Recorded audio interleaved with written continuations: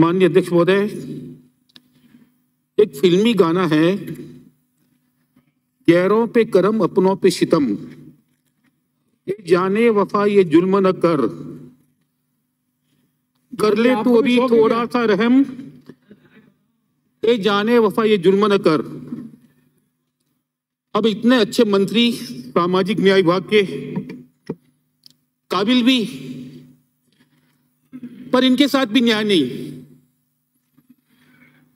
कैसा नजरअंदाज किया इनको। ये जो सामाजिक सुरक्षा की पेंशन राशि बढ़ाई ना, 500 और 700 पर चौकड़ी लगाई, 750 पर चौकड़ी लगाई और आगे 1000 रुपया किया, पर आपकी फोटो पर भी चौकड़ी लगा दी। अब तक ये परंपरा रही है, जिस विभाग का मंत्री होता है मुख्यमंत्री जी के साथ उस विभाग के मंत्री की भी फोटो लगती आई है। जब अपनों के साथ न्याय नहीं कर सकते तो कैसा सामाजिक न्याय दे पाएंगे। माननीय मंत्री महोदय, आपका चेहरा भी बहुत अच्छा, बहुत हंसता, बहुत मुस्कुराता। माननीय मुख्यमंत्री जी के साथ आपका फोटो लग जाता ना, 4 चांद नहीं 2 चांद तो जरूर लग जाते, पर आपको भी उन्होंने नजरअंदाज कर दिया। इतना ही नहीं, आप अच्छे मंत्री के साथ साथ अनुसूचित जाति के भी, जिसके बूते आज तक कांग्रेस ने सत्ता प्राप्त की, ऐसे मंत्री की अनदेखी। और मात्र आपकी नहीं, जिस व्यक्ति ने, जिस नेता ने सत्ता लाने में एक अच्छी भूमिका निभाई, आपके अपने उप मुख्यमंत्री रहे, जो पार्टी के अध्यक्ष भी रहे, उनके साथ भी न्याय नहीं। कैसी दुर्गति करके रख दी, ये पूरा राजस्थान देख रहा है। आप एससी के, वो एसबीसी के, कोई बात नहीं, इनके साथ न्याय न कर पाओ कोई दिक्कत नहीं, पर एक आग्रह रहेगा आपसे। मुझे याद है 2019 के लोकसभा चुनाव के पहले देश की सर्वोच्च कुर्सी पाने की लालसा में आपके अपने सर्वोच्च नेता, उन्होंने अहम वादा किया था देश की जनता को, चुनावी वादा, कि अगर हमारी सरकार आई तो हम न्याय योजना लेकर आएंगे। कहा था देश की 20% आबादी, जो लगभग 7 करोड़ होती है, उनको सालाना 72,000 रुपये मिल जाए, यह उनका वादा। और 5 वर्ष में 3,60,000 कहा था इनके खाते में डालेंगे। और उन्होंने नारा भी दिया, गरीबी पर वार, रुपए 72,000, और कहा कि हमारा पहला कदम न्याय की ओर बढ़ता कदम। सत्ता आपको नहीं मिली, 2024 में मिलने वाली नहीं, अब तो उनको सपने भी आने बंद हो गए होंगे और उनकी उम्मीदें भी तार तार हो गई होगी। देश में कुछ 3 राज्य है आपके पास, और उसमें हमारा राज्य सबसे बड़ा। और यहां भी आप कुछ महीनों के मेहमान, जब ये सन बदलेगा ना, तो ये सत्ता भी बदल जाएगी, उससे पहले ही बदल जाएगी।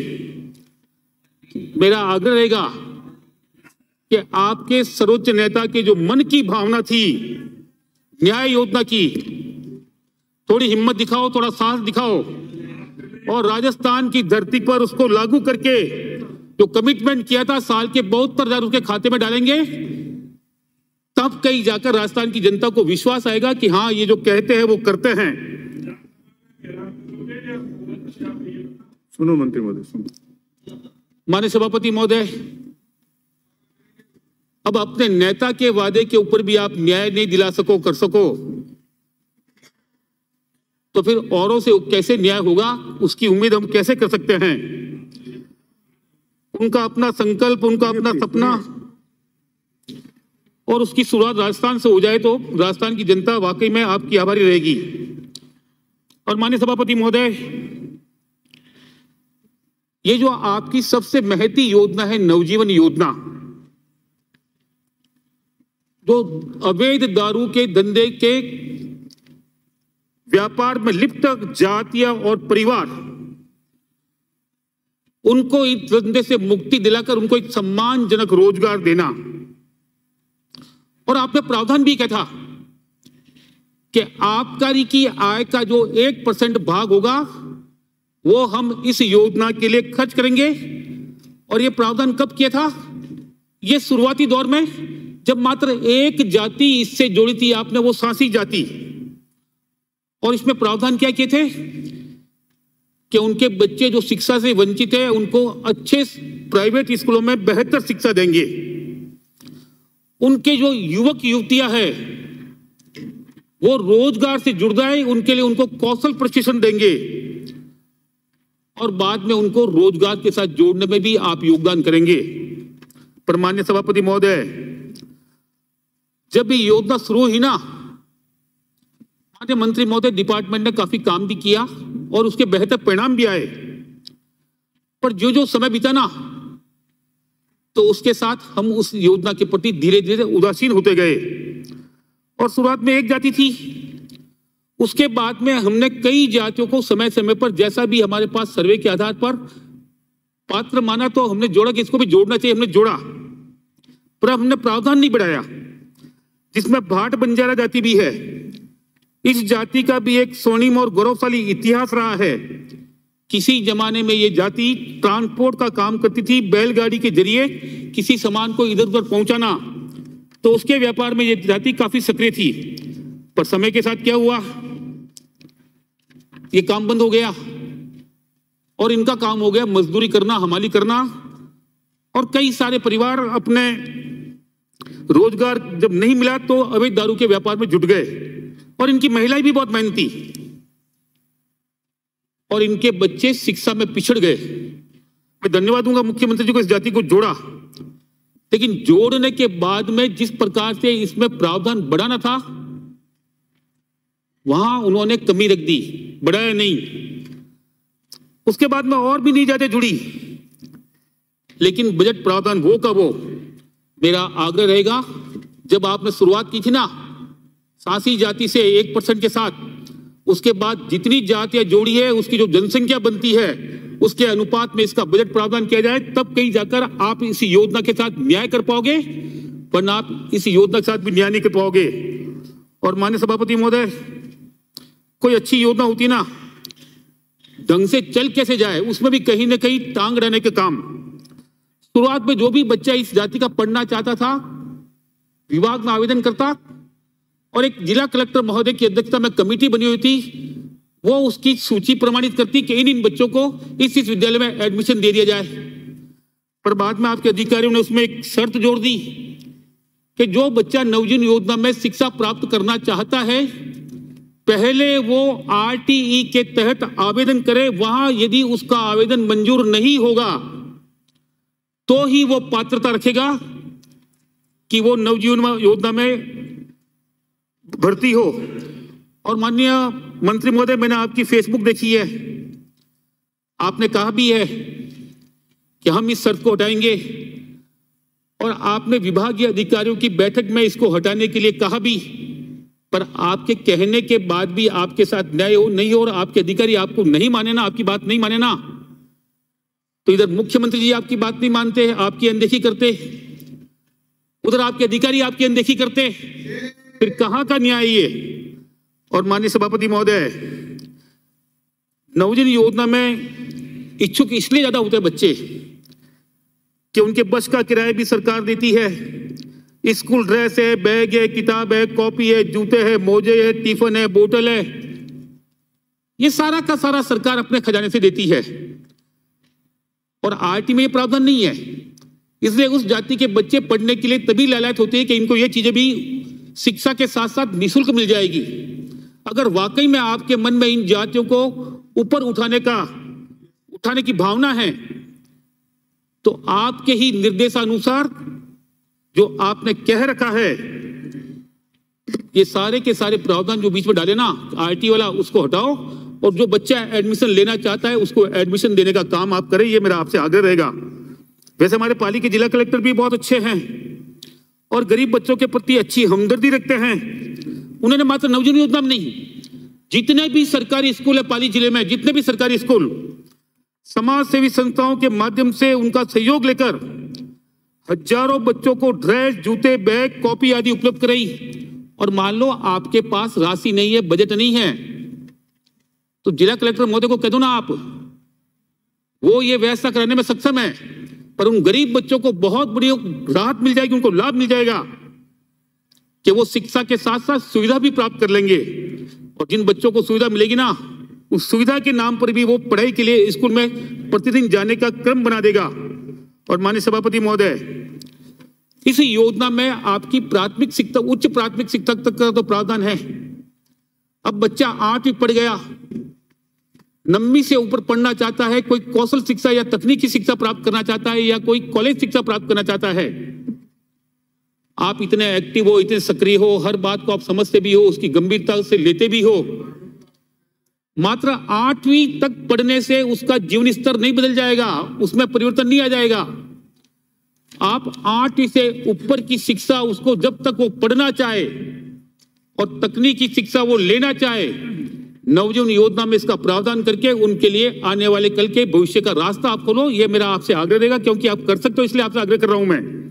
बाकी कई मंत्री कर भी नहीं सकते, पर आप कर सकते हो इसलिए आपसे आग्रह कर रहा हूं मैं। सभापति महोदय, इसमें प्रशिक्षण का भी पार्ट है, क्योंकि कोई प्रशिक्षण नहीं लेगा तो कौशल नहीं सीखेगा, कौशल नहीं सीखेगा तो नया रोजगार के साथ जुड़ेगा नहीं। पर जितनी इनकी जनसंख्या, जितनी इनकी आबादी, जितनी इनकी बस्तियां, एक बार आप आंकड़ा मंगाएं कि कितने युवक और कितने युवतियां कौशल शिक्षा लेने को इच्छुक है और आप कितना दे पा रहे हो, आपको खुद को नजर आ जाएगा कि कितना बड़ा गैप है, कितना बड़ा अंतर है। उस अंतर को कम करने के लिए भी आपसे आग्रह रहेगा कि जो भी युवक युवता जिस ट्रेड में कौशल प्राप्त करने का इच्छुक है, उस ट्रेड के कौशल उसकी बस्ती में खुल जाए, ताकि वो प्राप्त करके अपने आप को रोजगार के साथ जोड़ सके। अब माननीय मंत्री महोदय, इसमें आपका कुछ खर्चों का अलग अलग आपने बंटवारा कर रखा है कि इतना सर्वे में खर्च होगा, इतना शिक्षा पर, इतना प्रशिक्षण पर और इतना उसकी बस्ती के विकास पर। मैं बस्ती के विकास का मना नहीं करता कि वहां नाली सड़क होनी चाहिए, पर यह काम स्थानीय निकाय का है। इनके जीवन में परिवर्तन तभी आएगा जब इनको शिक्षा और कौशल मिलेगा। नाली या सड़क बन जाने से इनके जीवन में परिवर्तन नहीं आएगा। इसलिए आप कम से कम शिक्षा और कौशल पर ज्यादा राशि खर्च करो, यह आपसे मेरा आग्रह रहेगा। माननीय सभापति महोदय, कौशल मिलने के बाद भी इनको रोजगार के साथ किस प्रकार जोड़ा जा सके, उसके लिए भी कहीं ना कहीं आर्थिक मदद उनको अपनी ओर से मिल जाए, सरकार की ओर से मिल जाए, वो भी हमारा काम है। ये आपको प्रयास करना होगा। और माननीय मुख्यमंत्री जी ने पिछले बजट में अलग से नवजीवन योजना के लिए 100 करोड़ की राशि देने की घोषणा की थी, अलग से की थी। ये थोड़ा पता लगा देना कितनी राशि खर्च की है। अगर मुख्यमंत्री की घोषणा के अनुरूप राशि खर्च हो जाती ना, तो कई परिवारों को नया जीवन मिल जाता और नवजीवन मिल जाता। और ये खर्च क्यों नहीं हुई, इसके लिए कौन जिम्मेवार रहे, थोड़ा उनको भी फंफड़ो आप। ये जब मुख्यमंत्री जी घोषणा करते हैं उसके बाद भी काम नहीं हो पाता। और माननीय सभापति महोदय, ये जो जाति से जुड़ी हुई है, इसके अलावा भी बहुत सारी ऐसी जातियां हैं जिनके लिए सरकारों को कुछ न कुछ सोचना पड़ेगा, उनके लिए कुछ न कुछ करने की आवश्यकता है। 60 जाति का नाम सुना होगा आपने। ये जाति देह व्यापार के जरिए, इनकी महिलाएं देह व्यापार के जरिए, शर्मनाक हमारे लिए, कलंक के समाज के लिए ये कि ये काम इस युग में करना पड़ रहा है। अपने परिवार का पालन पोषण करती है, ये भी चाहते हैं कि हम सम्मानजनक जीवन जिए, पर कहीं सहारा नजर नहीं आता। ऐसे में सरकार को उनका सहारा बनना पड़ेगा। और ये आपके जिम्मे आता है, आपके विभाग के जिम्मे आता है कि हम ऐसी जाति है जो देह व्यापार से जुड़कर अपने परिवार का रोजगार उत्पन्न करती है, उनको भी हम अच्छे और सम्मानजनक पैसे के साथ जोड़ें। ये बावरी जाति है, चौकीदार, ये भी काफी गरीब, अंग्रेजी बबूल काटकर या कोयला बनाकर ये मजदूरी करती है। गांव में इनकी आप दशा देखेंगे ना तो आपको खुद को महसूस हो जाएगा कि कहीं ना कहीं हमारी कमी रही है कि हमने इनके ऊपर नजर नहीं डाली, और आज भी ये किस प्रकार गरीबी का जीवन यापन कर रहे हैं, कितना अभाव में जी रहे हैं।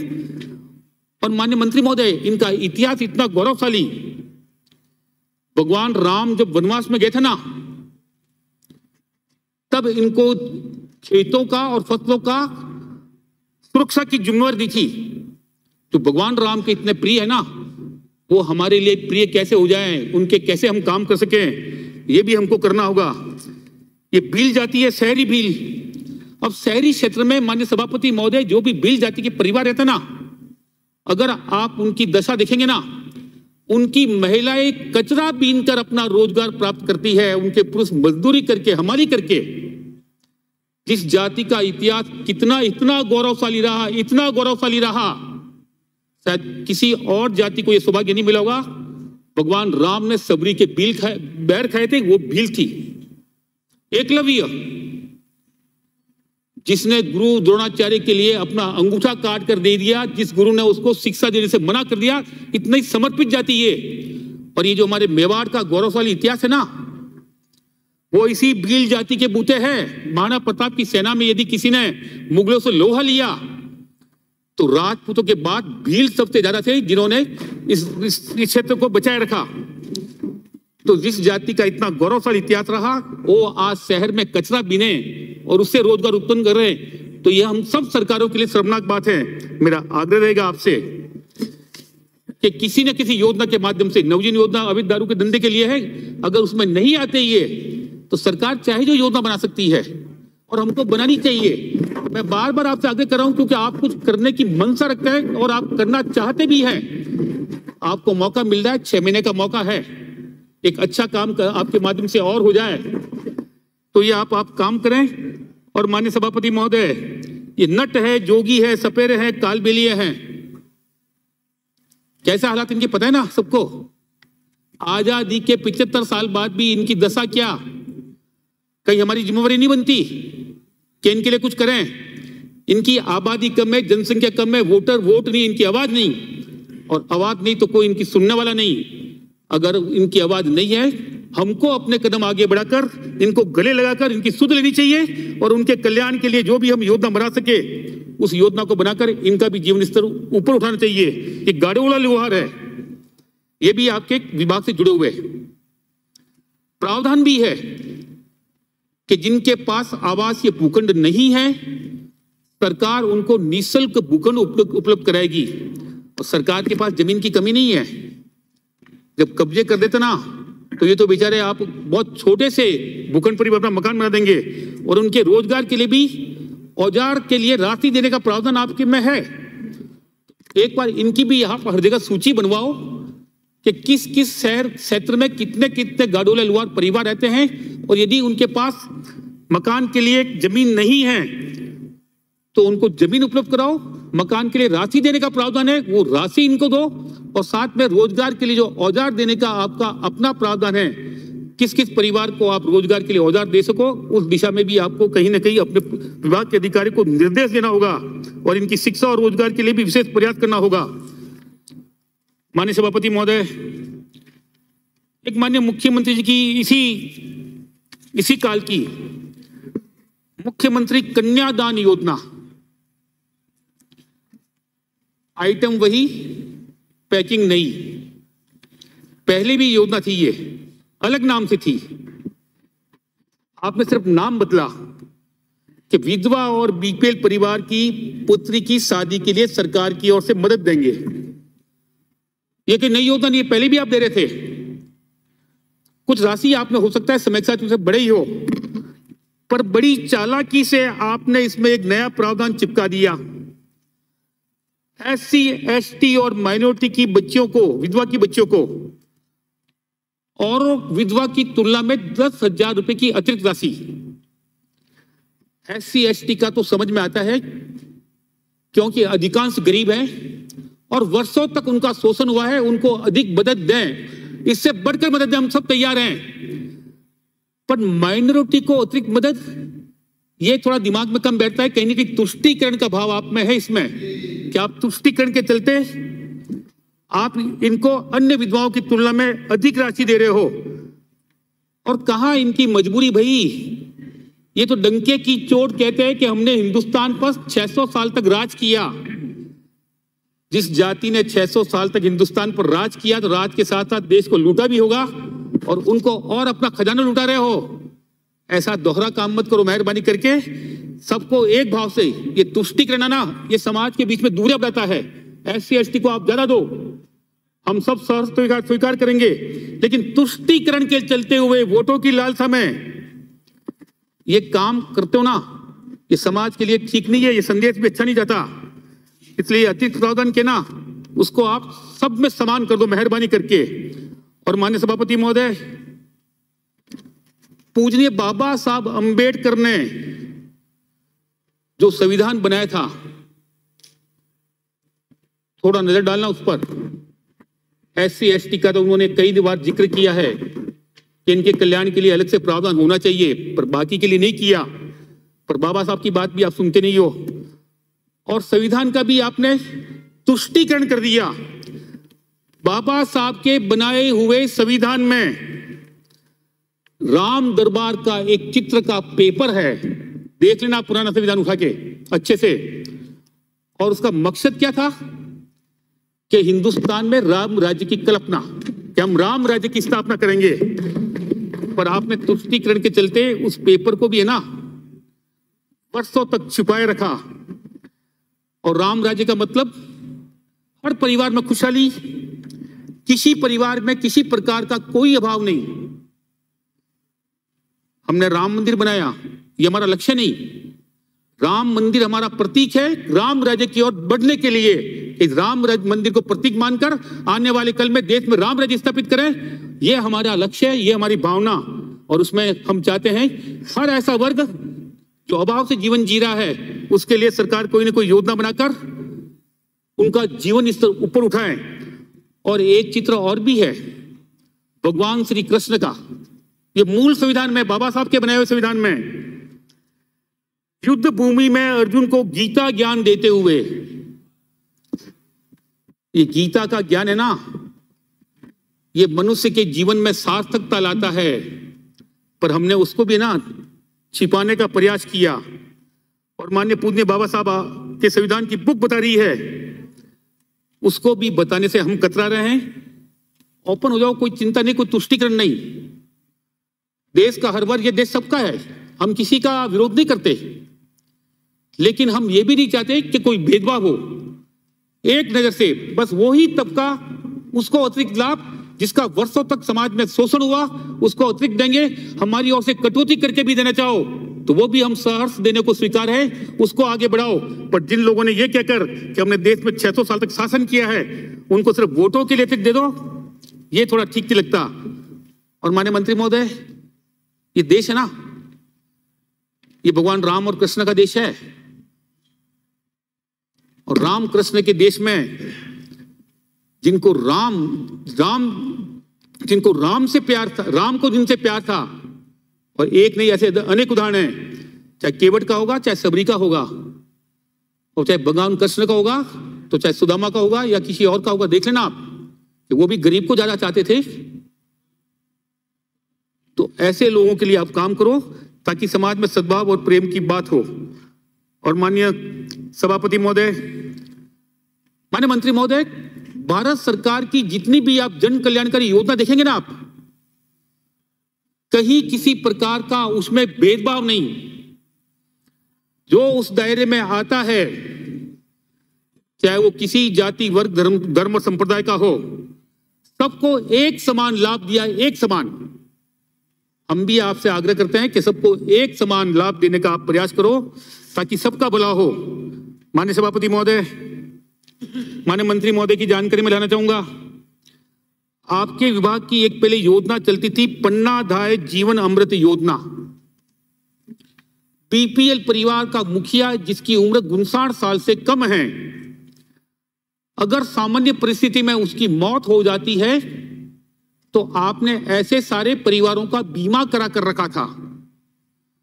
उस परिवार को 30,000 की आर्थिक सहायता दी जाती थी और दुर्घटना में मौत होती तो 70-75,000 की आर्थिक सहायता दी जाती थी।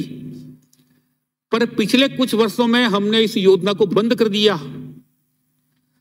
दुर्घटना वाला मैटर तो वैसे भी समाप्त हो गया। अगर किसी की दुर्घटना में मृत्यु होगी तो चिरंजीवी योजना के माध्यम से उसको अच्छी राशि मिल जाएगी, पर सामान्य परिस्थिति में मृत्यु होने पर जो 30,000 का प्रावधान था ना, उसको मेहरबानी करके आप वापस चालू करो, ताकि बीपीएल परिवार का अगर कोई व्यक्ति मर जाए तो उसके परिवार के जो बच्चे हैं ना, उनको कुछ समय के लिए कुछ राहत मिल जाए और उसका क्रियाक्रम भी ढंग से हो जाए। और माननीय सभापति महोदय, एक आपके विभाग की बहुत महती योजना है पालनहार योजना। जो विधवा की पुत्रियां हैं, विकलांग की, जो विधवा के बच्चे हैं, विकलांग के बच्चे हैं या अनाथ बच्चे हैं, उनको प्रति माह सरकार की ओर से प्रति बालक 1,000 रुपये महीने का, बहुत अच्छी बात है, ये होना भी चाहिए। पर कुछ परिवार ऐसे जिनकी माता की मृत्यु हो गई और पिता विमंदित या लापता है, आपने प्रावधान किया उसमें कि माता की मृत्यु, पिता या तो विमंदित है या लापता है, तो उपखंड स्तर का अधिकारी इस बात का प्रमाण पत्र दे दे तो उसके बच्चों को भी इस योजना में लाभान्वित किया जाएगा। यह आपने प्रावधान किया। और भी प्रशासन शहरों की और प्रशासन गांवों की और जो अभियान चलाना, आपके अपने अधिकारियों ने ऐसे परिवारों के कई आवेदन तैयार किए, पर उसमें प्रावधान क्या किया कि ये सारे आवेदन तैयार करके राज्य सरकार को भिजवाने पड़ेंगे। राज्य सरकार के स्तर पर ही स्वीकृति जारी होगी। ये सारे के सारे जो आवेदन है ना, वो राज्य सरकार के स्तर पर लंबित है। एक भी आवेदन यहां से स्वीकृत होकर उस विधवा के घर तक पहुंचा नहीं है या उस अनाथ के बच्चे तक पहुंचा नहीं है। जब आपकी अपनी योजना और आपकी खुद ने ना, आपकी फेसबुक पे देखा था मैंने, आपने कहा था इनको पैसा देंगे, तो जो भी आवेदन यहां आए हैं, आपके अधिकारियों को आप निर्देश दो कि तत्काल उनका निस्तारण करें। जब आपका प्रावधान है कि एसडीएम प्रमाणित कर देगा तो ऐसे सारों परिवार को देंगे, तो उसके बाद जांच की आवश्यकता भी नहीं है। और ये मुख्यालय तक बात पहुंचाना ही बंद करवा दो। आपका एसडीएम सक्षम है, आप वही के स्तर पर इसका निर्णय हो जाए, ऐसा प्रावधान कर दो ताकि उनको समय पर पैसा मिल जाए। कृपया 2 मिनट में प्लीज, 2 मिनट। माननीय सभापति महोदय, एक आग्रह रहेगा आपसे, ये जो पालनहार योजना है ना, इसमें 6 महीनों तक पैसा नहीं मिलता। जिस प्रकार सामाजिक सुरक्षा योजना में आप प्रति माह उसके बैंक खाते में राशि ट्रांसफर करते हो, बीच में आपके अधिकारियों ने इस बात का प्रयास भी किया, नया ऐप बनाने का प्रयास क्यों असफल हो गया मुझे नहीं पता, पर इनके बच्चों को भी प्रति माह ये राशि मिल जाए, वरना 6 महीने, 7 महीने, 8 महीने, कई बार 10-10 महीने, तो ये हर महीने मिल जाए। कोई बड़ा काम नहीं आज की तारीख में। आपका बजट प्रावधान, आपके पास पैसा, जो 6 महीने में 7 महीने में दे रहे हो, उसको पहले महीने में देना है। ये काम आसानी से हो जाएगा। ये काम आप कर दो, ये आपसे आग्रह रहेगा। और मुख्यमंत्री कन्यादान योजना में भी आपका यही, शादी होने के 6-6 महीने बाद, 7-7 महीने बाद, कई प्रकरणों में तो 1 साल हो गया, पैसा नहीं मिल रहा है। इसमें भी आप कोई समय सीमा निश्चित कर लो कि आवेदन आने के इतने दिन बाद, जब आप सारे के सारे पेपर एक साथ लेते हो, उसका विवाह पंजीयन प्रमाण पत्र भी आप उसमें संलग्न करवा देते हो, और यदि दस्तावेजों में कमी नहीं है तो तत्काल इसकी राशि उस विधवा या बीपीएल परिवार की मुखिया को मिल जाए, ताकि बच्ची की शादी में जो उसने खर्चा किया ना, उसके ऊपर जो कर्जा लिया वो कर्जा उतर जाए। और माननीय सभापति, माननीय मंत्री महोदय, अंतिम बात, ज्यादा नहीं कहूंगा, मुझे 2 मिनट।